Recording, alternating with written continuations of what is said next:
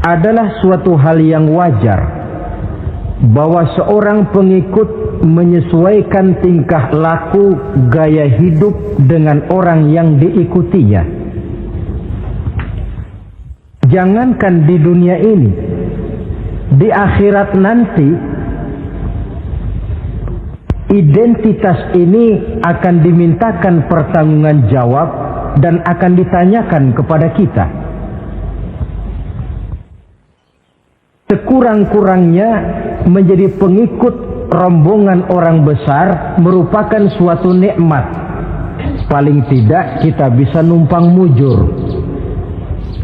Kalau saya berangkat ke Bali ikut rombongan Pak Menteri misalnya, saya bisa bebas timbangan, tas saya tidak usah diperiksa-periksa barangkali. Kenapa? Ini rombongannya Pak Menteri, numpang mujur. Itu sekurang-kurangnya. Tetapi tentu untuk menjadi anggota rombongan Pak Menteri ini kan harus ada tanda, ciri-ciri atau yang disebut identitas. Kalau kita mengaku dan memproklamirkan diri sebagai umat Nabi Muhammad, sebagai pengikut beliau, apa sih identitasnya, ciri-cirinya? Inilah yang akan kita bicarakan pada kesempatan ini, bersumber dari surah Al-Fatah ayat 29. Allah Subhanahu wa ta'ala menjelaskan Muhammadur Rasulullah, bahwa Nabi Muhammad itu adalah utusan Allah, pesuruh Allah.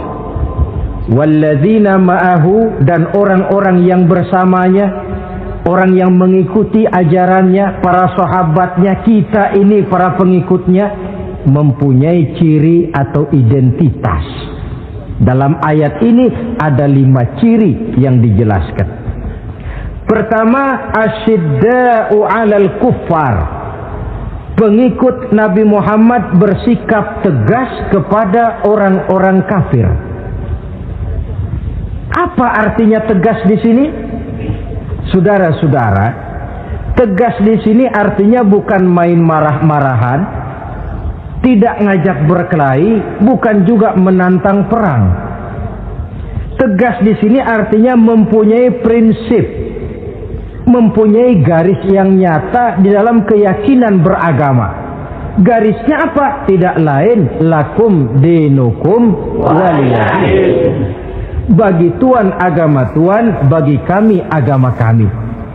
Silahkan Tuhan melaksanakan agama Tuhan, kami akan melaksanakan agama kami. Kami menghormati Tuhan, Tuhan pun menghormati kami.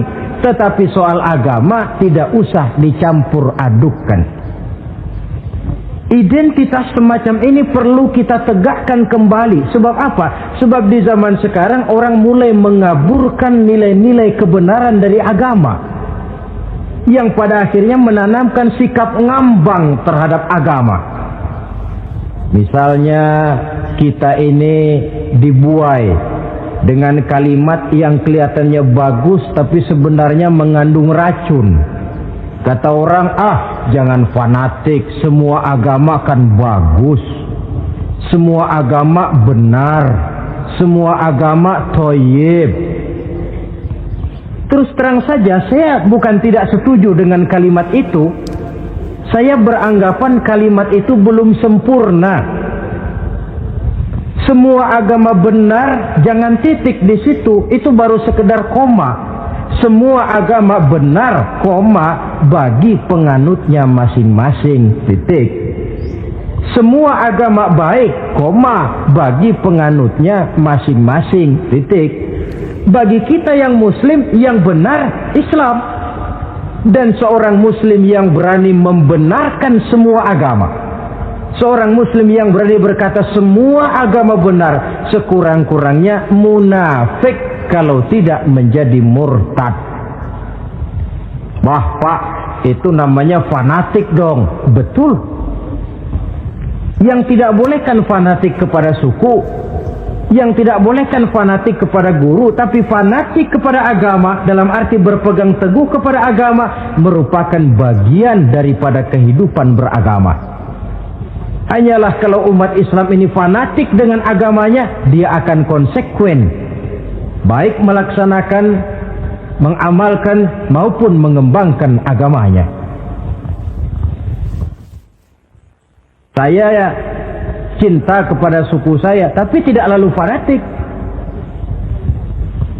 Cinta suku boleh, fanatik kepada suku salah. Cinta kepada guru bagus, fanatik kepada guru jelek. Cinta kepada agama bagus, fanatik kepada agama wajib. Hanya dengan fanatik kepada agama orang konsekuen. Yang jelek itu kan kalau sudah fanatisme kesukuan. Contoh, misalnya mentang-mentang orang Sunda, lalu ngomong saya ogah dengerin ceramah. Kenapa? Ustaznya bukan orang Sunda sih. Ini nggak bener, emangnya Nabi Muhammad kelahiran Ciamis? Kan tidak.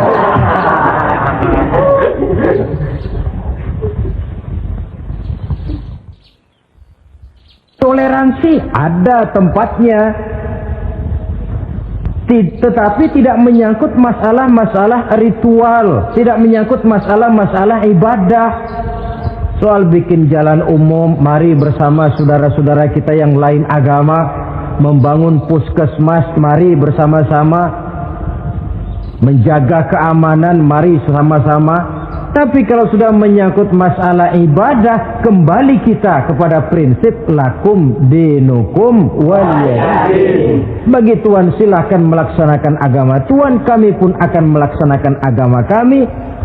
Silahkan menyebarkan agama, tetapi jangan kepada orang yang sudah beragama.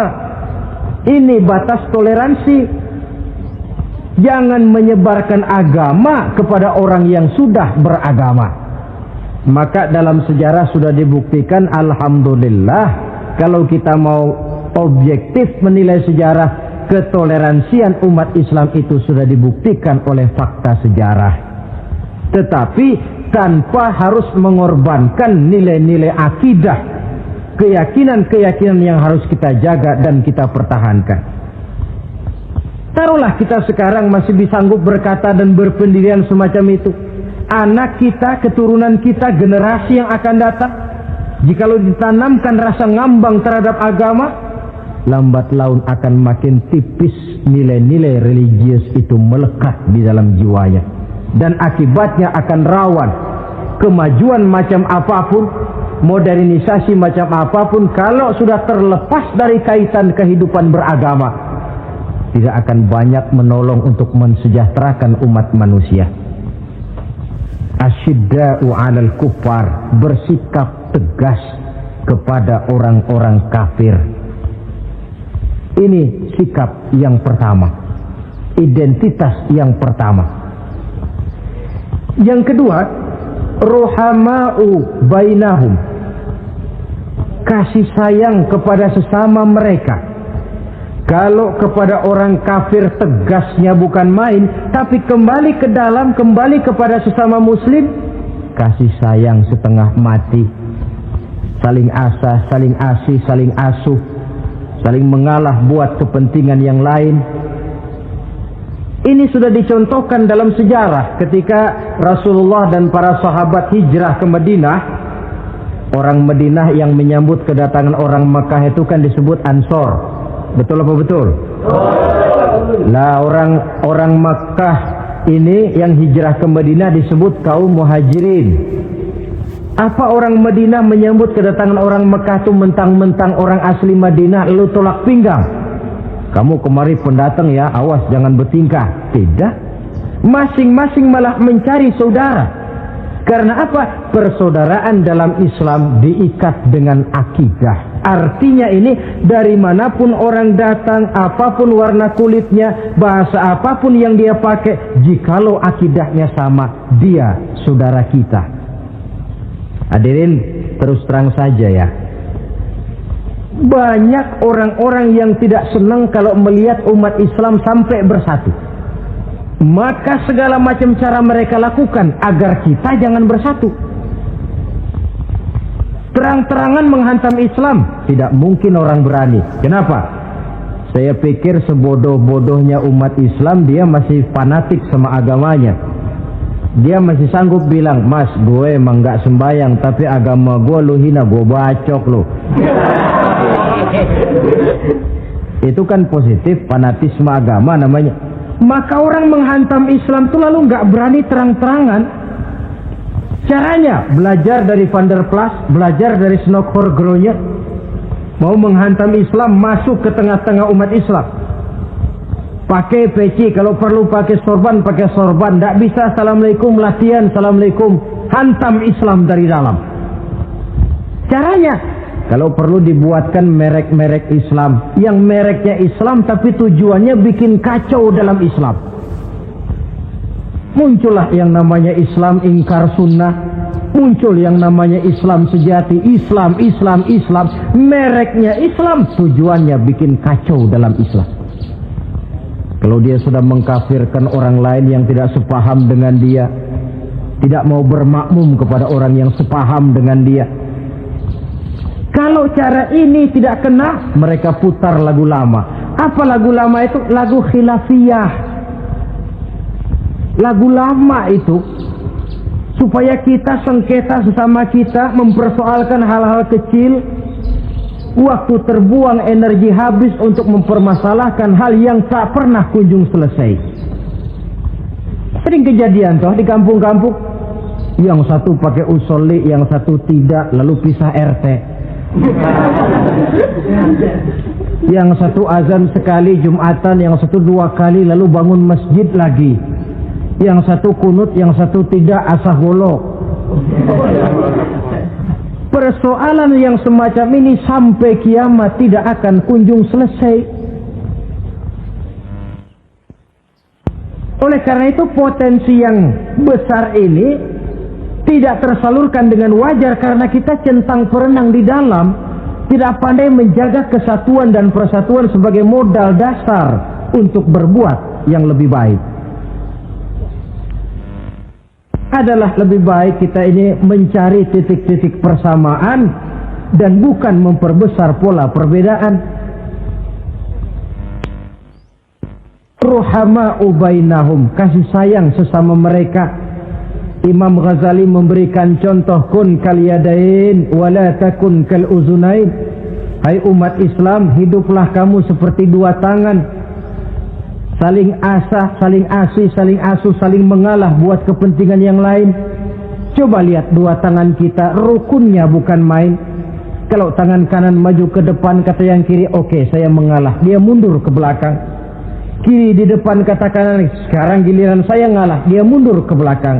Akhirnya kita jalan lenggang. Enak nggak dilihat orang? Coba kalau nggak ada yang mau ngalah. Tangan kanan ke depan, kata yang kiri, gue juga bisa. Dia ke depan lagi. Depan kayak robot kita jalan. Lalu mekanisme kerjanya, tangan kanan kerjanya bagus-bagus toh. Salaman tangan kanan, tanda tangan tangan kanan, hitung duit tangan kanan, ambil kue tangan kanan. Kiri nggak pernah protes, tahu posisi.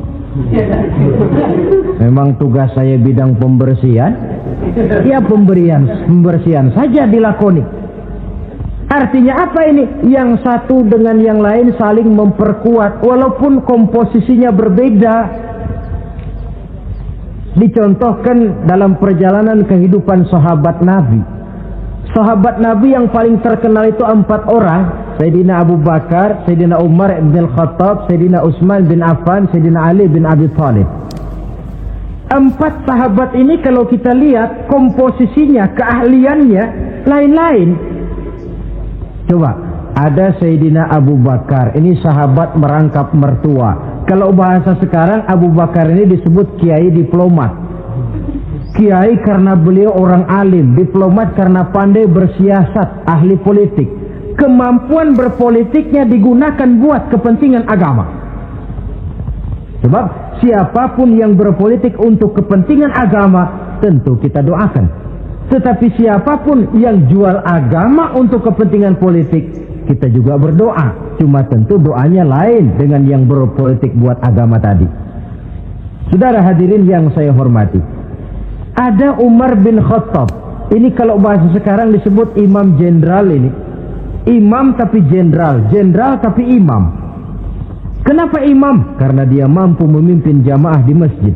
Kenapa jenderal? Karena dia sanggup memimpin tentara di medan perang. Kegagahannya, keberaniannya, keperkasaannya digunakan membantu perjuangan Rasul. Ada Utsman bin Affan, santri ekonom. Kenapa santri? Karena dia orang kaya. Kenapa ekonom? Karena dia pengusaha bergerak di bidang bisnis. Keuntungan usahanya untuk membantu perjuangan Rasul. Ada Ali bin Abi Thalib, tokoh muda tapi intelek.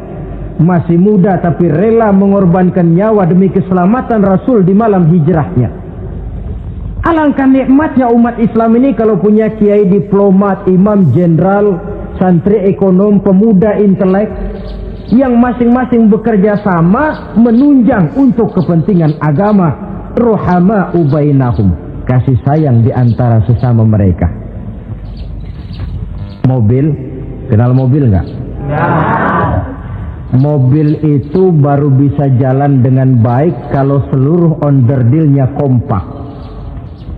Kalau yang satu sudah merasa dirinya lebih penting dari yang lain, alamat mobil udah deket mogok. Misalnya yang jadi bensin nyombong, kalau nggak lantaran saya nggak bakalan jalan nih mobil. Bannya denger, sombong. Kata ban, sombong kamu bensin. Apa kamu kira kamu saja yang penting? Saya tersinggung, kata ban, lalu kempes. Kira-kira kalau ban kempes jalan nggak mobil? Begitulah umat ini. Kayak satu bangunan, ada yang jadi jendela, pintu, tiang, genteng dan sebagainya. Tetapi satu sama lain hendaknya saling memperkuat. Kalau tidak, kita ini pernah diramalkan oleh Nabi, yushiku an tada'a alaikumul umam kama tada'al akalatu ala qas'atiha. Satu saat akan datang di tengah-tengah kamu di mana keadaanmu waktu itu seperti makanan di meja makan. Coba bayangkan, menurut Rasul satu saat kondisi umat Islam akan seperti makanan di atas meja. Yang barat mau makan, yang timur mau santap, yang selatan mau ganyang, yang utara mau injak-injak. Satu saat kondisi umat Islam akan seperti itu. Heran sahabat, ya Rasulullah, kok kita bisa dikepung begitu rupa? Iya. Apa pada waktu itu jumlah kami sedikit ya Rasulullah? Tidak, kata Rasul. Bal antum yauma idzin katsir. Jumlahmu pada waktu itu banyak, besar, kamu mayoritas. Cuma sayang, kata Nabi, walakinnakum ghusaa'un ka ghusa'is sail. Tetapi keadaanmu waktu itu seperti busa di lautan. Banyak tapi centang perenang. Banyak tapi tidak punya daya dan kekuatan. Dipermainkan gelombang lautan, dihempaskan ke tepian pantai tanpa punya makna dan arti. Mayoritas tapi nasibnya ironi. Lantaran apa ini? Kita tidak pandai menjaga kesatuan dan persatuan. Prinsip ruhama ubainahum, kasih sayang di antara sesama mereka, belum bisa kita wujudkan. Oleh karena itu, hadirin yang saya hormati, identitas yang kedua ini mari kita tegakkan, menggalang kesatuan dan persatuan untuk kejayaan agama yang kita cintai. Soal posisi silahkan berbeda, soal profesi silahkan berbeda, tetapi hendaknya perbedaan ini tidak menyebabkan persimpangan tujuan. Satu sama lain saling memperkuat. Identitas yang kedua, bahwa kita sudah diikat dengan akidah, tidak oleh ras, warna kulit, suku, bahasa, oleh akidah. Satu kali orang sudah syahadat, dia adalah saudara kita. Sudah lewat masanya di mana kita umat Islam ini dikotak-kotakan, dan sudah datang waktunya di mana kita bersatu, saling menunjang, saling membantu, sehingga dengan demikian terwujudlah satu masyarakat yang diikat dengan nilai-nilai akidah. Ini yang kedua, kasih sayang kepada sesama muslim. Satu badan itu kalau yang satu sakit, yang lain kan akan ikut merasa sakit. Saudara jalan tengah malam, ibu jari tersandung batu, meletak. Begitu ibu jari tersandung batu, kontan, darah keluar, mulut bilang aduh, kepala ikut pusing, nggak pakai diundang. Solidaritas sosial yang terjadi secara reflektif. Tidak ada ibu jari tersandung mulutnya malah ngomel, rasain lo. Masa nyumpain badan sendiri, kan tidak mungkin. Tapi ini yang terjadi, kita lihat. Akibat apa? Tidak terwujudnya solidaritas sosial yang bersifat reflektif tadi. Nah, inilah saudara-saudara identitas yang kedua. Yang ketiga sekarang, pengikut Nabi Muhammad sallallahu alaihi wasallam itu cirinya yang ketiga, tarahum ruk'an sujjada. Engkau lihat mereka ruku' dan sujud, mendirikan solat. Ini identitas, ciri. Di akhirat nanti akan diperiksa dengan seadil-adilnya. Siapa? Saya, Pak. Saya siapa? Pengikut Nabi Muhammad. Betul? Betul. Baik. Pengikut Nabi Muhammad itu tandanya ruka'an sujada, ruku' dan sujud. Sampean ngaku umat Nabi Muhammad, sujud, pernah sembahyang? Sembahyang juga, Pak. Berapa kali? Nggak banyak-banyak, Pak, setahun 2 kali. Kapan itu? Idul Fitri sama Idul Adha. Kata petugas, syarat kurang, minggir. Sebab sering dikatakan sholat itu kan ada yang harian, ada yang mingguan, ada yang tahunan. Ada yang sholatnya harian. Yang harian ini juga 2 macam. Ada yang belang-belang, ada yang mulus. Kalau yang belang-belang itu kalau zuhur sholat, asar out. Asar kepegang, maghribnya melayang. Maghrib ketangkep, isaknya terbang. Itu lumayan ketimbang yang seminggu sekali cuma Jumat saja. Yang Jumat pun agak lumayan lah daripada yang setahun 2 kali cuma Idul Fitri dan Idul Adha.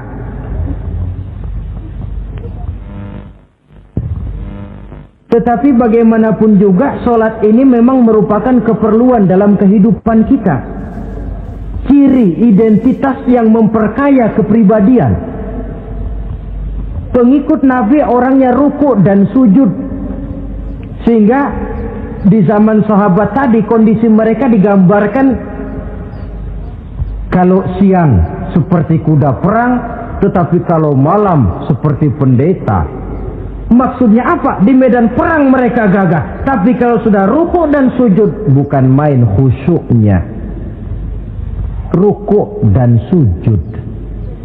Dengan kata lain, ciri pengikut Nabi Muhammad orangnya mendirikan sholat. Nah, masalahnya sekarang apa perlunya sholat dalam kehidupan kita? Yang jelas dia untuk menggembirakan Allah kok. Se-ASEAN orang tidak ada yang sholat, Allah tidak akan berhenti jadi Tuhan. Manfaatnya akan kembali kepada kehidupan. Nah, apa perlunya sholat dalam kehidupan kita? Ada beberapa hal yang bisa kita angkat ke permukaan tentang perlunya sholat ini. Jadi sholat itu perlunya kita. Sehingga suatu saat nanti kita tidak lagi berkata saya wajib sholat, tapi kita akan berkata saya perlu sholat. Apa perlunya sholat dalam kehidupan kita? Pertama, sholat itu membuat orang rendah hati.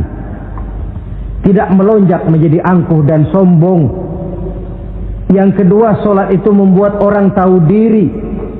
Yang ketiga, sholat itu mendatangkan ketenangan jiwa dan ketentraman batin lantaran orang punya sandaran vertikal kepada Allah. Sehingga agama menekankan benar ini. bukan cuma untuk kita, tapi juga anak kita, keturunan kita. Sehingga Nabi mengajarkan, ajari, didik anak-anakmu sholat pada umur 7 tahun. Kalau umur 10 tahun mereka sudah berani meninggalkan sholat, pukul. Bukan dengan tujuan menyakiti, tapi mendidik anak supaya disiplin dengan sholatnya. Kayaknya kita yang hidup di zaman serba modern ini, soal anak mau sholat atau tidak, kayaknya orang tua itu, kalau istilah anak sekarang, cuek-cuek aja. Jarang yang mengadakan inspeksi, pengecekan anaknya sudah sholat apa belum, lalu sholatnya disiplin apa tidak.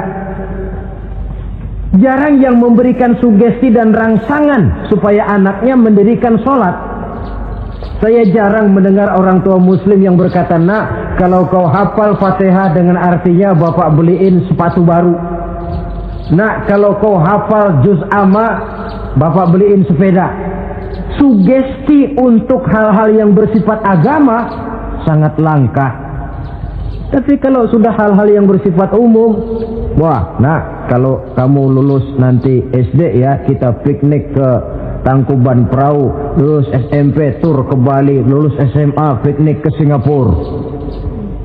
Rangsangan dan dorongan, baguslah itu. Tetapi alangkah akan lebih bagusnya jika untuk hal-hal yang bersifat agama kita pun sanggup memberikan sugesti, rangsangan dan dorongan kepada anak-anak kita. Sehingga sejak kecil mereka sudah terbiasa dengan sholat. Sejak kecil mereka sudah disiplin dengan sholatnya.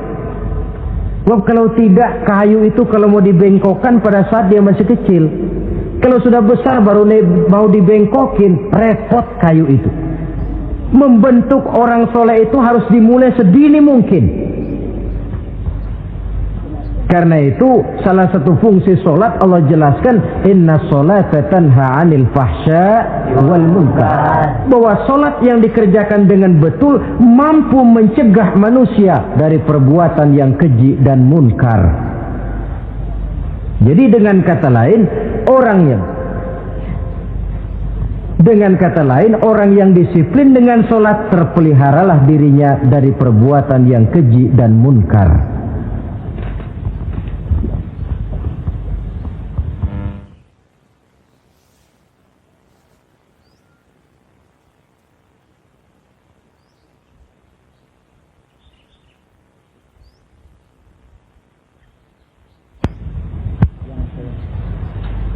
Hadirin yang saya hormati, suatu kenyataan barangkali yang memang tidak bisa kita pungkiri, bahwa kemajuan ilmu pengetahuan dan teknologi sekarang ini makin mengagumkan. Dunia seolah-olah telah dirombak oleh manusia dari sebuah daerah kosong menjadi gedung-gedung pencakar langit yang tinggi. Orang sudah bertandang ke bulan, dan dalam beberapa tahun mendatang boleh jadi akan bertandang pula ke planet-planet lainnya. Kekurangan air minum bisa diatasi dengan penyulingan air laut. Kekurangan areal pertanian bisa diatasi dengan merombak gurun pasir yang gersang dan tandus menjadi sawah ladang yang menghasilkan kebutuhan hidup manusia. Tapi seiring dengan itu menjadi pertanyaan, makin sejahterakah umat manusia? Tercapaikah kebahagiaan? Pada sisi lain kita melihat kemajuan itu melahirkan hal-hal yang tidak kita harapkan. Apa yang kita sebut dengan penyakit dunia modern, yang rupanya makin banyak dokter, makin banyak juga penyakit, makin banyak rumah sakit, makin aneh nama penyakit.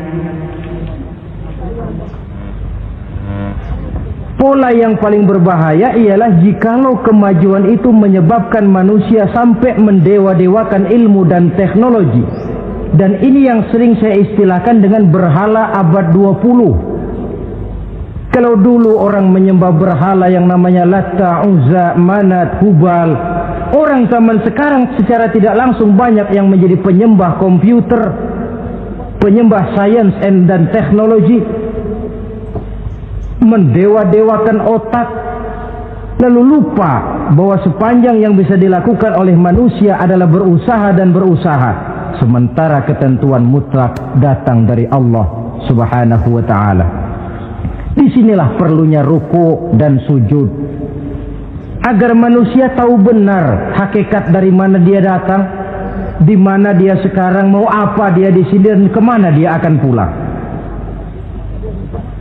Oleh karena itu, pada kesempatan ini saya mengajak, marilah identitas ini kita tegakkan dalam diri kita, menjadi pengikut yang ruku dan sujud di hadapan Allah. Sebab di sana terdapat sumber kekuatan, baik dia kekuatan batin, kekuatan jiwa, kekuatan dalam semangat perjuangan, kekuatan dalam menegakkan yang ma'ruf dan menghancurkan yang munkar.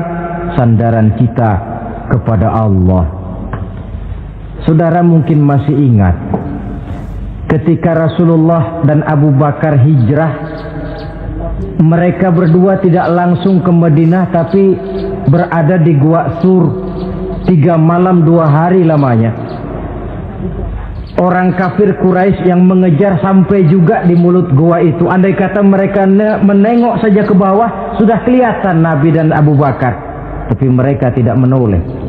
Nabi dengan mantap berkata kepada Abu Bakar, la takhaf wa la tahzan ya Abu Bakar, innallaha ma'ana. Abu Bakar, kau tidak usah takut, tidak usah sedih, Allah bersama kita. Ucapan ini mantap kalau diucapkan oleh orang yang ruk'an sujada, benar-benar sujud kepada Allah, mempunyai backing yang tidak kepalang tanggung, yang serba maha. Ya, itu kalau memang saudara perlu cari backing, jangan kolonel tanggung, jangan brigjen tanggung, carilah backing yang serba maha, maha gagah, maha kaya, maha tahu, maha segala-galanya. Berbackinglah kepada Allah saja dengan jalan ruk'an sujada, ruku' dan sujud dalam kehidupan ini. Ini identitas yang ketiga. Yang keempat sekarang, pengikut Nabi itu apa tandanya?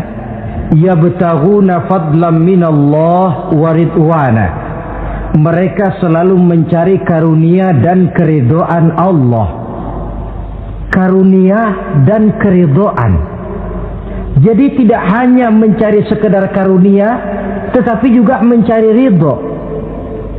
Oleh karena itu seorang pengikut Rasul, di dalam dia berdagang misalnya, dibatasi oleh pertanyaan, cara saya ini Allah ridho apa tidak?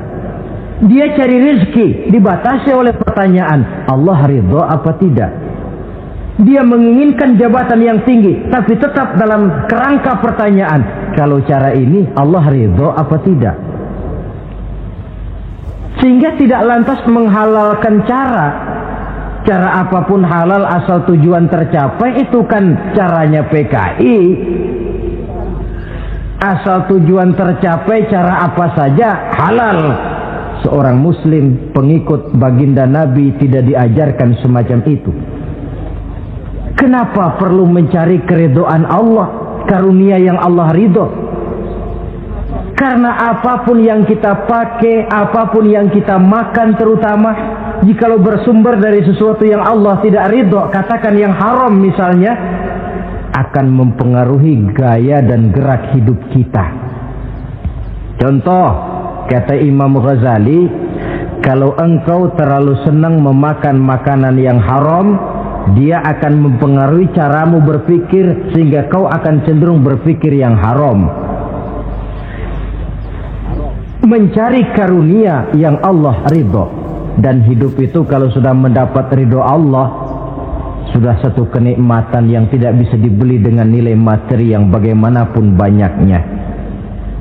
Karena itu biarlah kita orang mukmin ini di dunia hidup kaya asal Allah ridho saja, gak apa-apa. Biar rumah kita gedung, punya mobil bagus, uang banyak, kalau Allah ridho enak. Daripada sudah melarat, tinggal di pinggir kali, rumahnya gubuk, Allah marah lagi. Kapan mau senang orang macam begitu? Jadi biarlah kita ini bahagia di dunia, asal di akhirat masuk surga, nggak apa-apa. Mencapai kebahagiaan di dunia dan di akhirat. Cari karunia Allah sebanyak-banyaknya, karena memang bumi dan segala fasilitasnya diperuntukkan bagi manusia, dan karunia Allah itu ada dimanapun kita pergi. Dahulu ketika turun perintah hijrah, sebagian sahabat berpikir-pikir, kalau saya hijrah ke Madinah, di Madinah mau makan apa saya? Ini Mekah kan jelek-jelek, kampung sendiri. Umpama kepepet ngutang-ngutang dikit orang masih percaya lah, kalau ke Madinah ngutang sama siapa? Takut dia kalau hijrah ke Madinah tidak dapat makan. Allah memberikan jaminan, qul li'ibadiyalladzina amanu inna ardi wasi'ah fa iyaya fa'budu. Katakan kepada mereka Muhammad, hai hamba-hambaku yang beriman, bumiku ini luas. Di Mekah kau makan, hijrah ke Madinah juga kau akan makan. Apalagi hijrahmu karena membela agama. Jangan karena membela agama kau takut kelaparan. Artinya apa? Karunia Allah itu ada dimanapun. Kalau kita mau berusaha, tetapi jangan lupa usaha itu harus yang Allah ridho. Kalau sekedar hasil usaha cara apapun boleh, ya dapat. Tetapi tanpa ridho, semuanya tidak akan membawa ketenangan, ketentraman, dan kebahagiaan. Allah itu kan maha pengasih, tidak pilih kasih katanya. Artinya apa? Semuanya Allah kasih. Orang kalau mau berusaha dapat. Itu logika. Sunnatullah kata kita, hukum alam kata orang. Kalau mau berusaha mesti dapat. Tetapi kasih sayang Allah ini tidak diberikan kepada setiap orang. Kalau pengasihnya berlaku kepada semua orang, mau kafir mau beriman, kalau berusaha dapat. Itu Rahman namanya. Tapi Allah tidak cuma Rahman, Allah juga Rahim, maha penyayang. Bedanya apa? Orang yang dikasih itu belum tentu disayang. Tetapi kalau disayang mesti dikasih. Kalau tidak dikasih tentu ada pertimbangan lain untuk kepentingan kita. Misalnya anak kita baru kelas 1 SMP, datang, Pak beliin motor buat sekolah. Kita lalu menilai anak ini nggak ada motor saja, kadang-kadang jarang sampai ke sekolah, apalagi dibeliin motor, bisa dari rumah berangkat ke sekolah nggak sampai. Tidak dibelikan bukan karena tidak sayang, justru karena sayangnya ada pertimbangan lain untuk kepentingan si anak. Tetapi kadang-kadang anak sendiri berpikirnya lain. Bapak katanya sayang, minta dibeliin motor saja tidak dibelikan. Dia menilai orang tuanya tidak sayang, padahal justru sayangnya lalu tidak dibelikan. Begitulah satu contoh kecil dari keridhaan Allah ini. Jika Allah sudah memberikan ridhonya kepada kita, segala yang kita mau diberikannya. Kalau tidak juga diberikan, tentu ada manfaatnya untuk kemaslahatan kita. Allah maha tahu. Misalnya orang mengeluh, saya akan sembahyang rajin, ngapa rezeki seret bener sih? Apa saya berhenti lagi sholat? Allah lebih tahu maslahatnya. Barangkali potongan kayak kita ini kalau diberikan rezeki banyak sedikit lalu berhenti ke masjid. Rezeki lu segini aja dah, lu jadi rajin ke masjid. Ada manfaatnya buat kepentingan kita. Mencari karunia yang Allah ridho.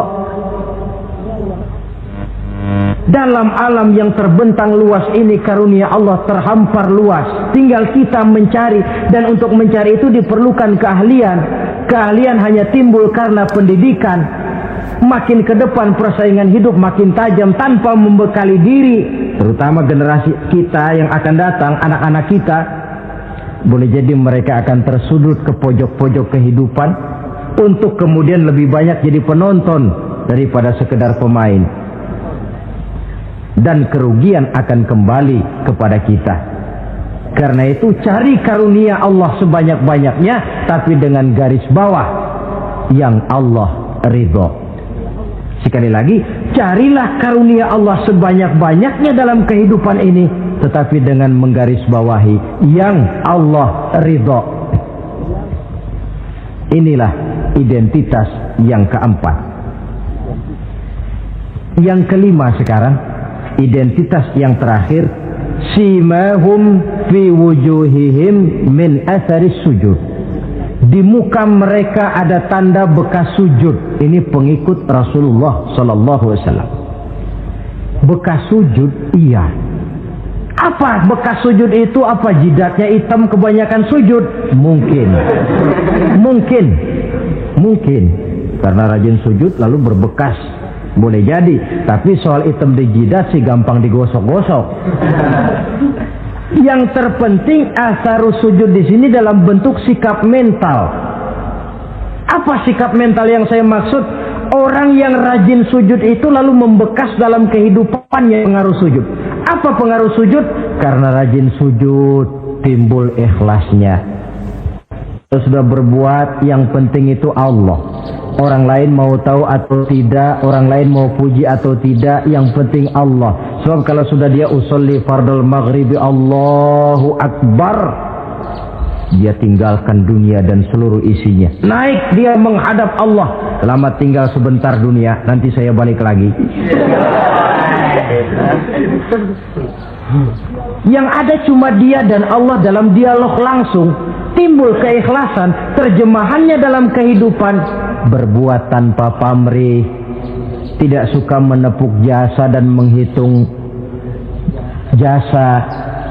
Sebab biasa orang itu kalau sedang perang tidak sempat ngaku jadi pahlawan, tapi kalau perang sudah selesai nggak kenal bedil ngaku pahlawan. Kalau perang sedang berkecamuk, jarang yang mengaku pahlawan. Kalau sudah perang selesai, masing-masing nepuk dada. Seorang yang ikhlas, seorang yang berbuat tanpa pamrih, dan ini pengaruh sujud dalam kehidupan. Lalu apalagi timbul jujurnya. Kenapa? Kalau dia sholat zuhur 4 rakaat, lalu umpama selesai 3 rakaat dia salam, orang lain tentu tidak tahu dia korupsi 1 rakaat. Tapi kenapa tidak dia lakukan? Ada Allah sih yang tahu. Timbul kejujuran, disiplin murni yang berakar dari hatinya sendiri. Lalu apa lagi? Kesabaran. Dilatih lewat sholat. Kalau belum selesai 4 rakaat, jangan berhenti sholat isya umpamanya. Dan banyak lagi pengaruh-pengaruh asarus sujud. Ini di dunia. Di akhirat nanti kata Nabi, inna ummati ya'tuna yaumal qiyamah ghurran muhajjalin min asaril wudu. Umatku di hari kiamat nanti akan datang menghadap Allah dengan muka berseri-seri dari sebab air wudu. Mukanya bersinar-sinar karena di dunia rajin wudu. Sehingga barangkali di akhirat nggak perlu ngaku-ngaku kita. Ya Rasulullah, saya umatmu, tidak perlu. Rasulullah lihat sendiri, wah ini mukanya bersinar-sinar. Ta'ali ummati, umatku sini, umatku sini. Kalau di dunia rajin kena air wudu. Ya rajin wudu artinya kan rajin sholat. Masa ada orang wudu aja nggak sholat, kan model. Kalau muka tidak pernah tersentuh wudu, kalau muka tidak pernah sujud, teriak-teriak kita mengaku ya Rasulullah saya umatmu ya Rasulullah. Kata Rasulullah, nggak ada umat saya yang dekil kayak sampean.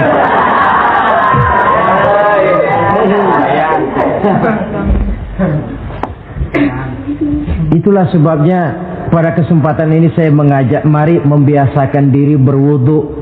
Tidak cuma untuk sholat. Saudara mau berangkat ke kantor, wudu dulu, bagus.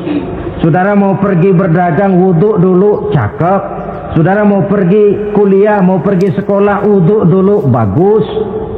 Di samping kebersihan jasmani, juga kebersihan rohani. Tengok saja. Kalau kita membasuh tangan pada saat wudu mulai, Allahumma inni as'aluka yumna wal barakah wa a'udzubika minasyu'mi wal halakah. Itu kan yang kita baca.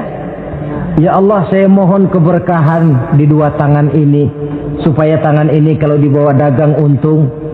dibawa menanam lalu panen, dibawa berusaha menghasilkan rezeki. Dan saya berlindung kepadamu ya Allah, jangan sampai tangan ini membawa kesialan dan kecelakaan. Berlindung kepada Allah jangan sampai jadi punya tangan sial, dipakai dagang rugi, dipakai nanam pohonan mati, dipakai mukul orang mati. Tangan sial. Dari itu saja sudah memberikan sugesti untuk rohani kita. Kebersihan jasmani, kebersihan rohani terpelihara karena wudhu. Jadi asarus sujud, pengaruh sujud membekas di dalam kehidupan. Sehingga oleh Syekh Muhammad Abduh dijelaskan, walikulli ibadatin minal ibadati sahihah asarun fi taqwimi akhlaqil qaimi biha wa tahzibi nafsihi. Setiap ibadah yang dikerjakan dengan betul pasti mempunyai pengaruh yang nyata dalam meluruskan moral akhlak orang yang melaksanakan ibadah itu sendiri. Jadi sujud kita betul apa tidak? Lihat saja pengaruhnya dalam kehidupan kita. Sholat kita sudah betul apa tidak? Lihat saja pengaruhnya dalam kehidupan kita. Kalau sujud ya sujud, tapi judi jalan juga, nah, sujudnya belum betul. Waktunya sholat ya sholat, waktunya mabuk, sholatnya belum betul. Waktunya ruku ya ruku, giliran nyolong, sholatnya belum betul. Sebab sholat yang dikerjakan dengan betul, sujud yang dikerjakan yang punya pengaruh nyata dalam kehidupan, kelihatan bekasnya dari tingkah laku dan gerak kita di dalam menelusuri kegiatan hidup ini. Maaf, dengan sedikit pahit barangkali kita memang harus berkata, masih banyak di antara kita umat Islam ini yang melaksanakan ibadah hanya dengan prinsip asal sekedar gugur kewajiban. Perkara ada pengaruhnya atau tidak dalam diri kita, kita malas untuk mengadakan evaluasi. Akibatnya ibadah yang kita kerjakan tidak mempunyai pengaruh dalam membentuk kepribadian kita. Orang yang mengucapkan syahadat ada pengaruh dalam jiwanya. Orang yang mendirikan sholat ada pengaruh dalam membentuk kepribadiannya. Orang yang melaksanakan puasa ada pengaruh dalam perkembangan jiwanya. Orang yang mengeluarkan zakat ada pengaruhnya dalam mengelola hartanya. Orang yang melaksanakan ibadah haji ada perubahan dalam kegiatan hidupnya. Dari yang negatif kepada yang positif tentunya.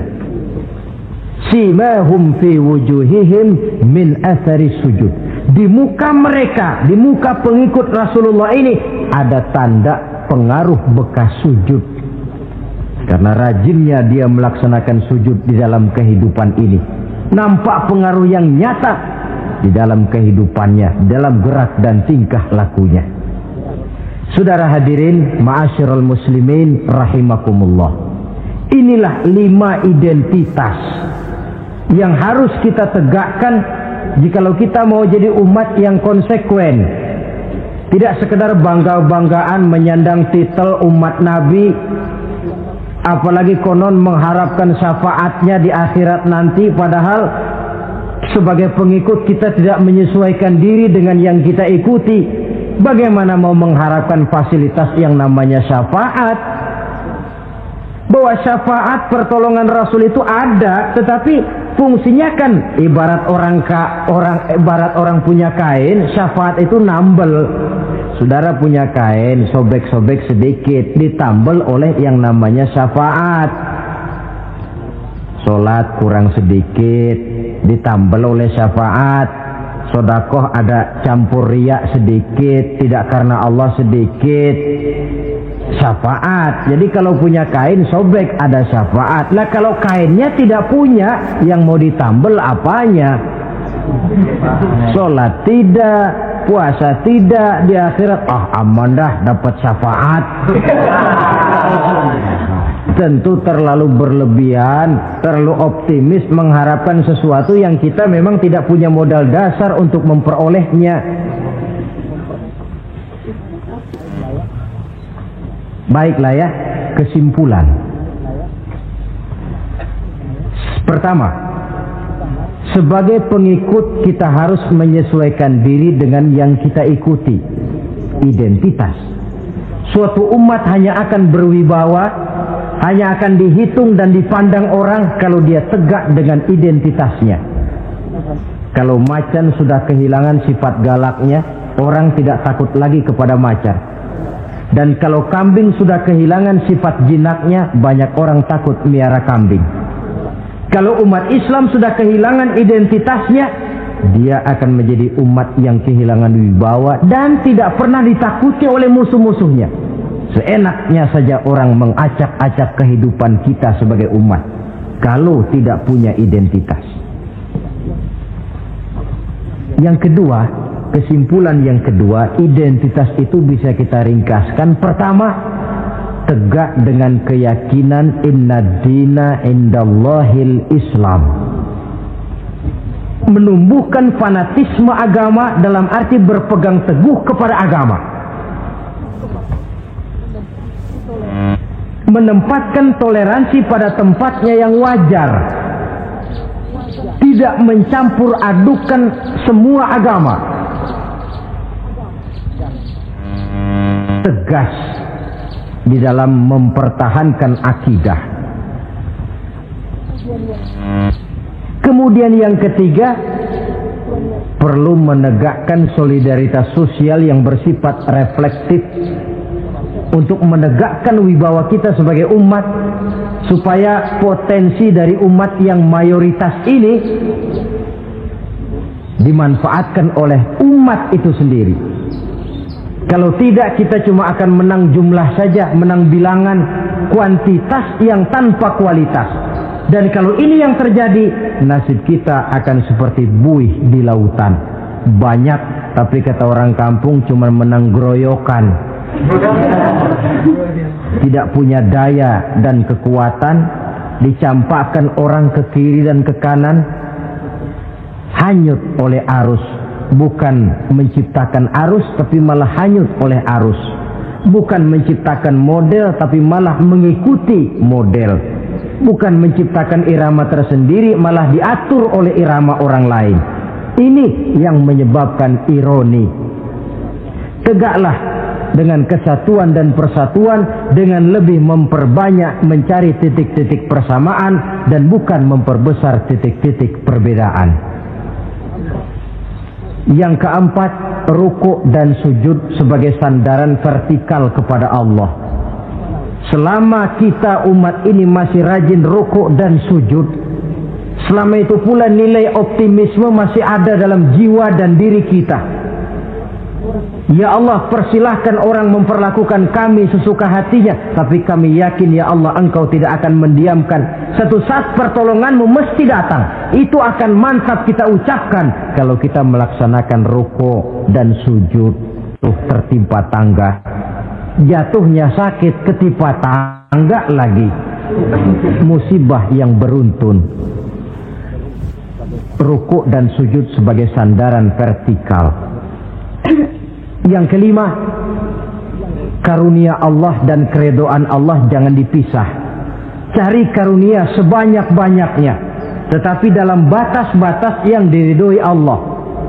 Sebab kalau tidak, karunia itu akan makin membuat kita jauh dari Allah. Ilmu karunia itu. Tapi kalau tidak diridhoi Allah, Nabi ingatkan, man izdada ilman wa lam yazdad huda, lam yazdad minallahi illa bu'da. Orang yang bertambah ilmu tapi tidak bertambah hidayah, dia hanya akan semakin jauh dari Allah. Jauh dari Allah menimbulkan kegersangan dalam jiwa, kepanasan dalam hati, sehingga jauhlah kita dari ketenangan hidup.